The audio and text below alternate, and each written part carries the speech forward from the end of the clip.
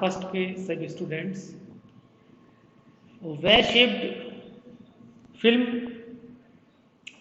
के क्रम में लास्ट वीडियो में भी आपको ये पढ़ाया था, उसी वीडियो के क्रम में मैं आज आपको उसको आगे पढ़ा रहा हूँ। तो उसका मैथमेटिकल जो चीज़ है उसको अपन करने जा रहे हैं। इसमें सबसे पहले जो आप देख पा रहे हैं वो ये है कि ये जैसे मैंने आपको लास्ट वीडियो में बताया था, ये जो कोण है 90, यहाँ से आप अवलंब डालेंगे, ये अवलंब डाल दिया आपने। पहले जो चीज़ अपन जो कर रहे हैं उसको देख रहे हैं। ये आपने ड्रॉ किया है एक्स्ट्रा, ये कोई प्रकाश किरण नहीं है, डैश डैश वाली ये जो किरण है जिसको मैं बता रहा हूँ इस समय, ये कोण 90 का, ये एंगल आर है, ये 90 माइनस आर का होगा, और ये 90 का चूंकि है अवलंब है इसलिए यू वाला कोण कितने का होगा, आर का। क्लियर? ये आपका कोण है आई, ये भी आपके कोण के बराबर होगा, आई होगा, ये 90 माइनस आई होगा। ये कोण यहाँ से आपने अवलंब डाला है, ये 90 है, ये वाला कोण कितने का होगा, आई का, यानी ये 90 माइनस आई, ये 90, तो ये कितने का होगा, आई का। क्लियर? तो ये त्रिभुज और इस पर आपने अवलंब डाला, इसको आप पहचान पा रहे हैं। ए से सी, सी से डी और डी से बाहर R2 हवा में चलेगी प्रकाश किरण, और सी से अगर आप इस किरण को आगे बढ़ाओगे तो ये आगे आगे आपने बढ़ाया हुआ है। ये चीज अपन बाद में देखेंगे, पहले इसको चीज देख रहे हैं अपन के पथांतर कितना होगा, what is the path difference between SR1 and SR2। ये अपना ऑब्जेक्ट है जिसको अपन निकालने जा रहे हैं। तो मैंने आपको जैसे कल बताया था कि ये इसमें भी देखेंगे आप, ये कोण R है, ये इसका अवलंब है, ये इसका अवलंब है, दोनों अवलंबों के बीच का कोण भी थीटा का होगा। तो ये R हो गया, ये थीटा हो गया, तो ये इनका एक ये जो बाह्य कोण हो गया R प्लस थीटा के बराबर होगा, ये R प्लस थीटा है, ये कितने का होगा, R प्लस थीटा के बराबर होगा। ये शायद आपको इसमें क्लियर दिख पा रहा होगा, और क्लियर नहीं दिख पा रहा है तो मैं थोड़ा सा और जूम करके आपको दिखा रहा हूँ। ये जो ये आर प्लस थीटा, ये भी आर प्लस थीटा के बराबर होगा। क्लियर? ये चीज ध्यान रखें। तो ये आर प्लस थीटा है,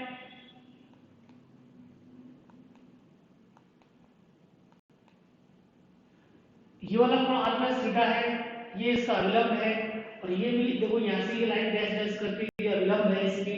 तो ये दो अवलंब और ये एक रेखा है, त्रिक रेखा काट रही है इनको, ये वाला कोण आर प्लस थीटा का, ये वाला कोण आर प्लस थीटा का होगा।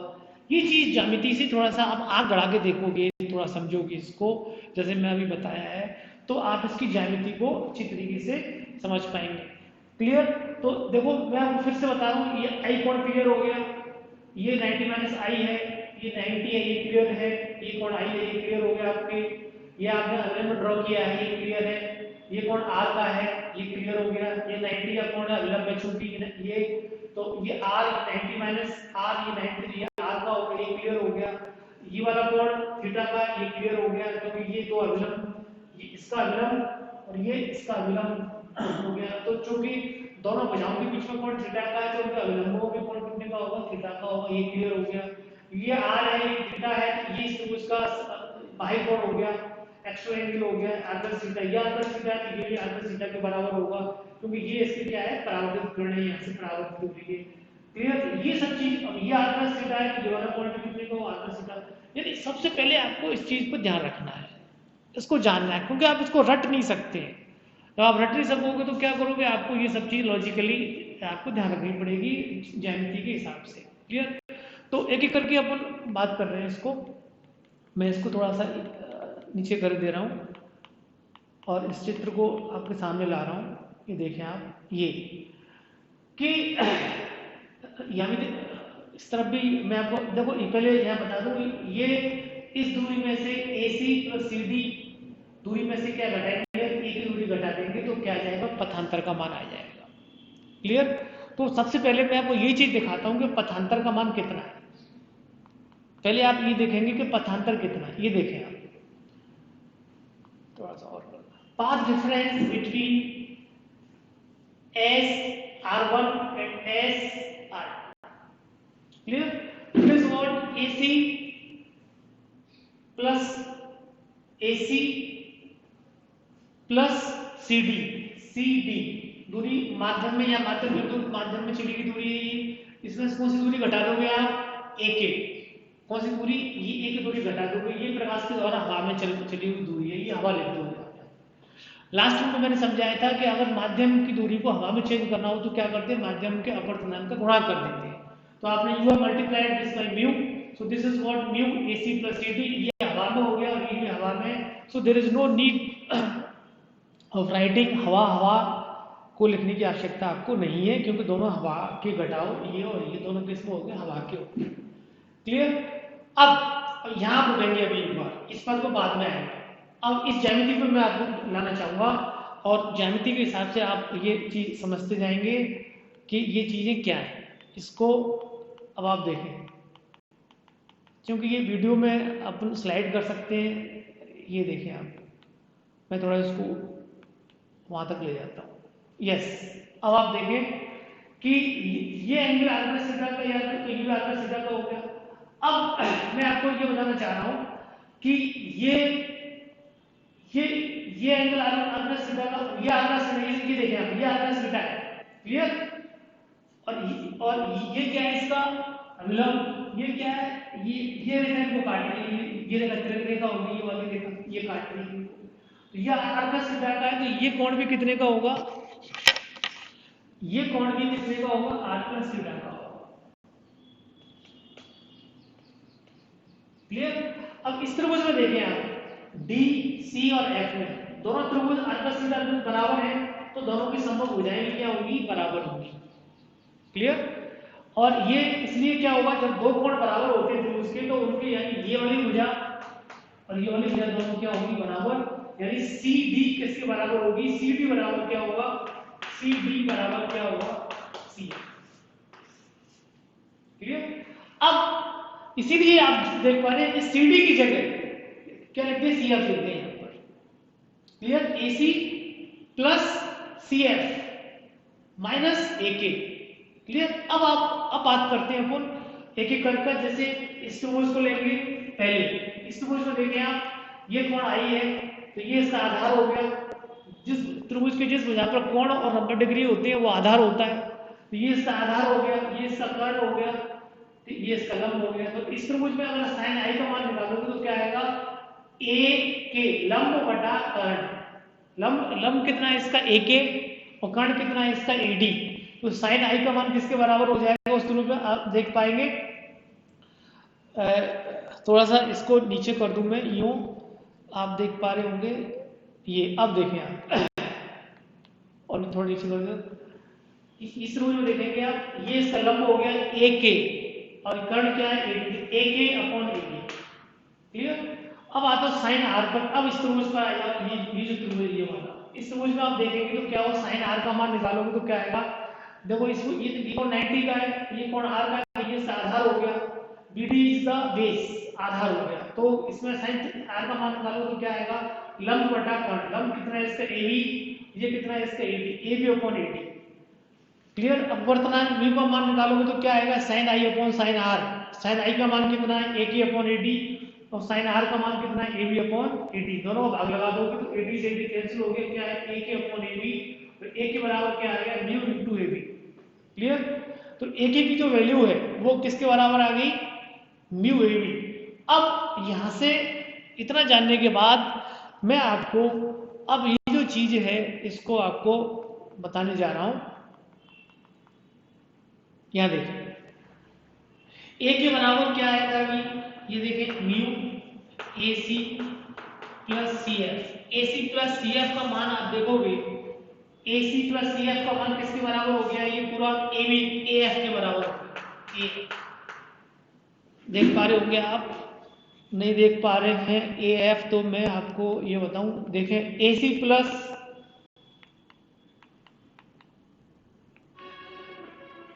CF को पहचाने पहले। AC प्लस CF का मान किसके बराबर हो गया, AF। क्लियर। अब AK का मान रखेंगे, AK का मान कितना आया है, mu AB minus mu AB।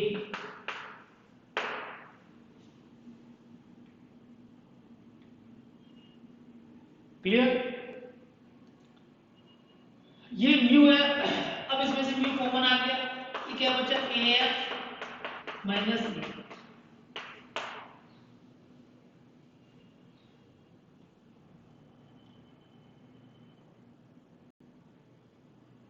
Clear. अब इस त्रिभुज में जो आप देख पाएंगे यहाँ पर कि AB का जो मान है AF का मान आपके पास आ गया है, ठीक है। अब AF का जो मान निकालोगे आप, AF और जो AB का मान है, AB का मान किसके बराबर आ जाएगा, AB का मान BC के बराबर आ जाएगा। AF में से आप AB घटा दोगे तो कितना बचेगा आपके पास, BF।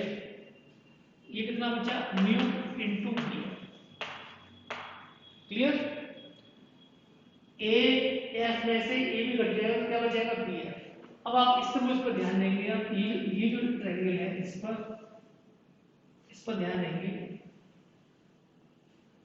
कि अब इस त्रिभुज पे आ जाओ, जो बड़ा वाला त्रिभुज है, जो बड़ा त्रिभुज है उस पर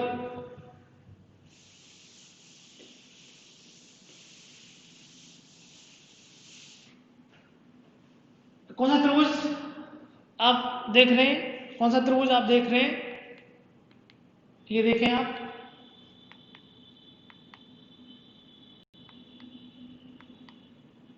कौन सा त्रिभुज, डी बी और एफ, ये आपको एक अभिलंब त्रिभुज दिख रहा है, त्रिभुज डी बी एफ। इसमें क्या दिख रहा है आपको, ये इसका आधार है, बी एफ का आधार, क्लियर। एफ बिंदु कहां पर है, नीचे, तो बी एफ आधार हो गया। तो इस त्रिभुज में निकालोगे आप cos r प्लस थीटा का मान क्या आएगा, आधार बटा कर्ण, आधार क्या है बी एफ और कर्ण क्या है डी एफ। अगर ये टी मोटाई है, ये जो त्रिभुज है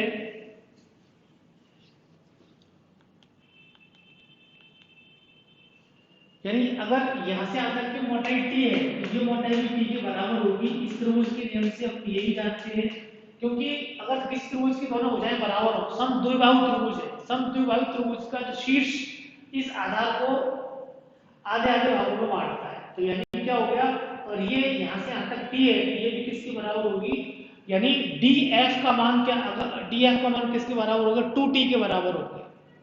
क्लियर। तो ये कितना हो गया, बी एफ का जो मान आप देख पा रहे हैं इस समय 2t के बराबर हो गया है। तो यहां मैं लिख रहा हूं बराबर बी एफ का मान तो 2t हो गया और डी एफ का मान, सॉरी बी एफ तो बी एफ ही है, डी एफ का मान 2t के बराबर हो गया। ये किसके बराबर है, cos r प्लस थीटा। तो B F is equal to कितना आ गया, 2t cos r plus theta, यानी bf का मान क्या आ गया, 2t cos r plus theta. इस bf के मान को कहां रखने जा रहे हैं, यहाँ। जब आप यहां रखोगे इस मान को तो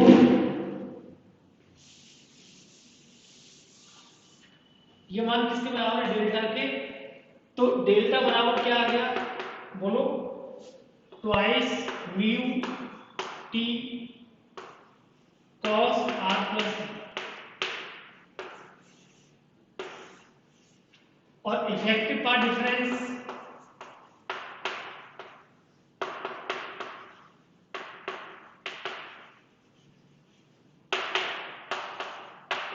स्टोक्स का नियम यूज करेंगे। स्टोक्स के नियम के अनुसार ये जो किरण है ये सघन माध्यम है, सघन माध्यम की बाउंड्री से परावर्तित होती है, ये वाली विरल माध्यम, तो यानी सघन माध्यम की बाउंड्री से अगर परावर्तित होगी तो स्टोक्स के नियम के अनुसार लैम्डा बाई 2 का पार्ट डिफरेंस इसमें एडिशनली उत्पन्न हो जाएगा। तो वो चूंकि ये वाला भुजा माइनस की है, ये माइनस होगा तो कितना आ जाएगा, twice mu T cos r plus theta minus lambda.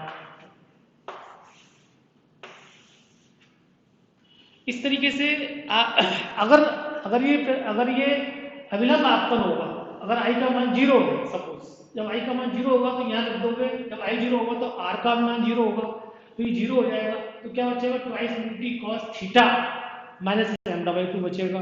तो मतलब जो जैसी स्थिति, अगर थीटा का मान अल्प है, माना जो फिल्म है ये कम कोण की है, जब कोण कम होगा तो ये जो भुजा है ये इसके समांतर हो जाएगी, और समांतर हो जाएगी तो क्या होगा कि थीटा एक समान मोटाई की बन जाएगी।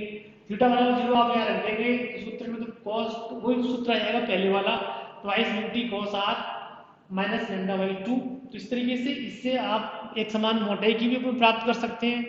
तो इस तरीके से आप ये एक बड़ा फार्मूला है जिसको कि आप सभी लोग अच्छी तरीके से ध्यान रखें और याद करेंगे, ऐसा मैं समझता हूँ। क्योंकि जब तक आप इसको लिखेंगे नहीं, पढ़ेंगे नहीं, याद नहीं करेंगे, तब तक आप इसको समझ नहीं पाएंगे। तो आप लिख लिख कर चित्र को बनाएं, बार बार हर कोण को समझें, और जो भी आपको प्रॉब्लम हो तो आप उसको पूछ भी सकते हैं। Thank you very much.